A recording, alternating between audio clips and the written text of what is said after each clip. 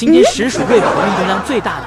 瑞宝来到室内后，稍微补充了一下体力，就直接来到树上睡觉了。这一睡就睡到了下班点。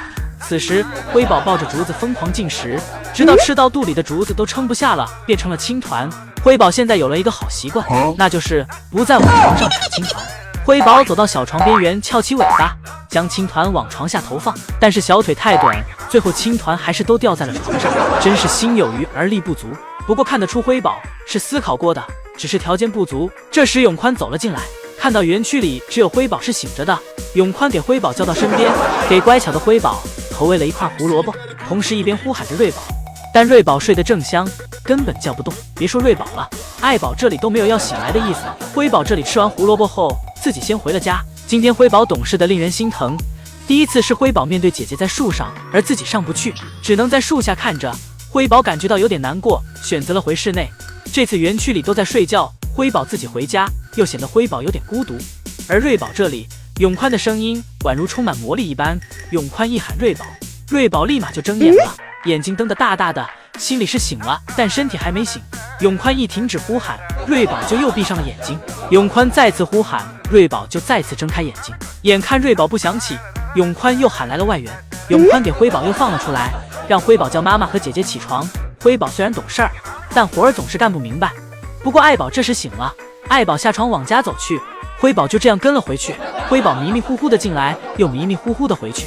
而瑞宝这里，永宽亲自上手，先是给了瑞宝一块小苹果唤醒瑞宝，接着又揉了揉瑞宝，唤醒了瑞宝的身体，最后再用一块小苹果成功给瑞宝叫了起来。瑞宝从独木桥上滑下来，一脸尴尬，心想刚才应该没有人看到吧。辉宝闪烁的小眼睛，从小就这般会说话，从小眼神中就透露着大聪明的劲头。小时候看到爷爷给姐姐擦身子，辉宝就躲在后面，前一秒还一脸阴森阴险的表情，打算对爷爷痛下杀手的样子。被爷爷发现后，又一副无辜求饶的模样。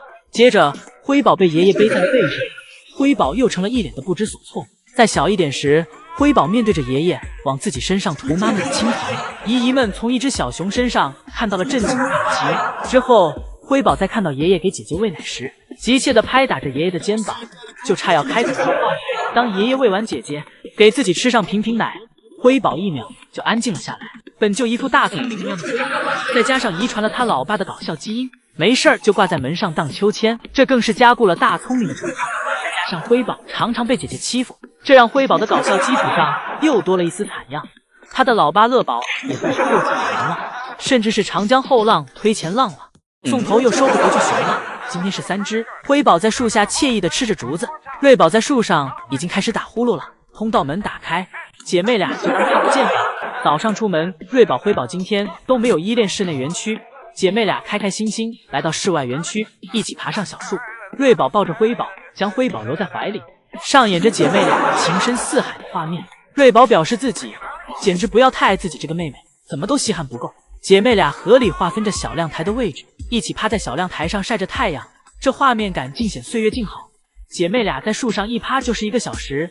姨姨再次排队回来时，以为瑞宝、辉宝会回室内呢，没想到瑞宝、辉宝这时并没有回去。辉宝这里四仰八叉的躺在通道门口里，为了不让爷爷给门关上，辉宝故意留一条腿在外面，给老宋头拿捏的死死的。今天不仅瑞宝、辉宝没回去，就连爱宝也没回去。今天爷爷们给室外的竹子放的有点多，爱宝迟迟没有吃完。爱宝向来只有将竹子全部吃完时才会去想别的事情。瑞宝在树上，辉宝守在通道门口，爱宝在吃着竹子。老宋头站在门口苦苦呼喊着，一直喊到爱宝吃完竹子。爱宝路过辉宝这里，爱宝的感召能力莫名的就给辉宝带走了。爱宝走到通道门口时，发现了刚才辉宝在门口留的标记，还停下来仔细闻了一下。而瑞宝这里对于回家看来又成了问题，因为瑞宝这时又睡着了。瑞宝撅着屁股探索小瀑布出水口的样子，怎么和福宝小时候这么像？姐妹俩不仅聪明才智上比较像，同一年龄所思考的事情居然也一样。姐妹俩都喜欢搞点钻研。福宝以前由于过于喜欢钻研东西，差点给爷爷的园区洒水装置拆了。福宝给水管咬断了，水呼呼的往外流。好巧不巧，因为水阀开关就在福宝手边，福宝看到爷爷这么浪费水，就给水关上了。福宝这一操作，姨姨们直呼要让福宝去上学。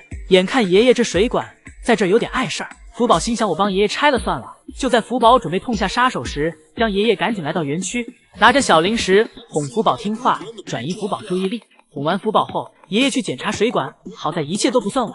以后瑞宝发展成福宝这样的性格后，爷爷们就更有的受了。毕竟瑞宝还有一个拥有浑身蛮力的搭子，瑞宝只需要出主意，拥有浑身蛮力的搭子，只要负责干就行了。瑞宝和辉宝这里一定会超过福宝的。姐妹俩对室外园区的地图勘探已经基本结束了，园区的各种环境都让辉宝尽收眼底了，甚至辉宝今天忙碌完还给自己洗了个澡。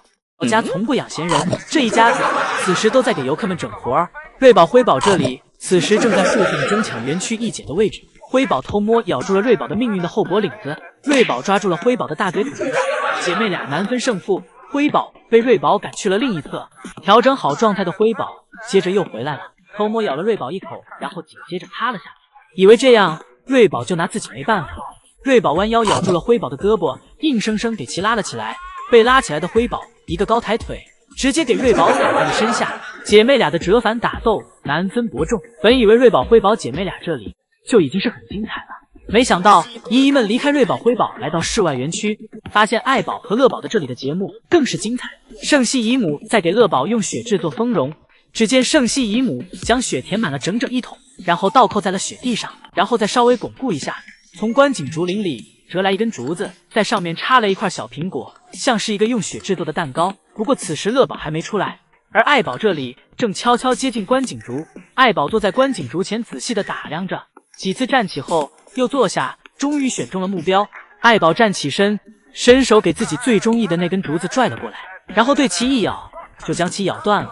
爱宝淡定的给竹子折断，然后将其拉到身边，开始自己的下午茶。在爱宝吃下午茶时，乐宝这里走来了他的室外园区，乐宝一口就将自己冰雪蛋糕上的小苹果给其吃掉了。吃完接着就想回家，乐宝在通道门口呼唤着奶爸爸。乐宝想回去看看自己俩女儿分出胜负了没有。今是福宝出生的第1282天，体重依旧稳定在200斤以上。今天姨姨到达室内园区时，爱宝正趴在小滑梯上陪姐妹俩睡觉，姐妹俩睡在滑梯平台上，爱宝则坐在小木床上，身子趴在滑梯上，静静地陪着姐妹俩。爱宝对姐妹俩都是在默默的付出，虽然爱宝也在睡觉，但一有点风吹草动，爱宝立马就会察觉。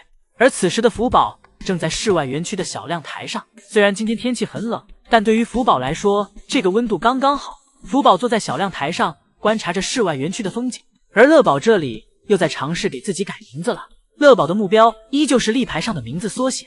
乐宝抱着名字立牌，一顿啃咬。好在这次宋爷爷粘得比较牢固，乐宝啃了一会儿，啃累了便放弃了。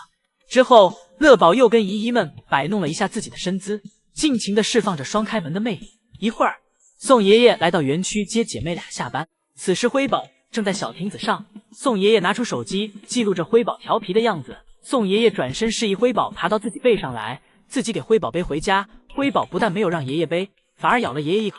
宋爷爷再晚点回头，辉宝都要给宋爷爷的小马甲咬破了。宋爷爷看辉宝并不想被背回家去，宋爷爷换成了公主抱。宋爷爷给姐妹俩接回去后，福宝从室外园区走了回来。福宝来到园区后，第一件事就是寻找姐妹俩和妈妈的气味。福宝在园区转了一圈后，来到了小亭子上吃东西。竹子吃完，福宝又在园区转了一圈，还在小滑梯上挠了挠痒。最后感觉到无聊了，福宝来到了通道门口，蹲在了通道门口前。福宝这是想回家休息了，坐等爷爷给自己开门回家。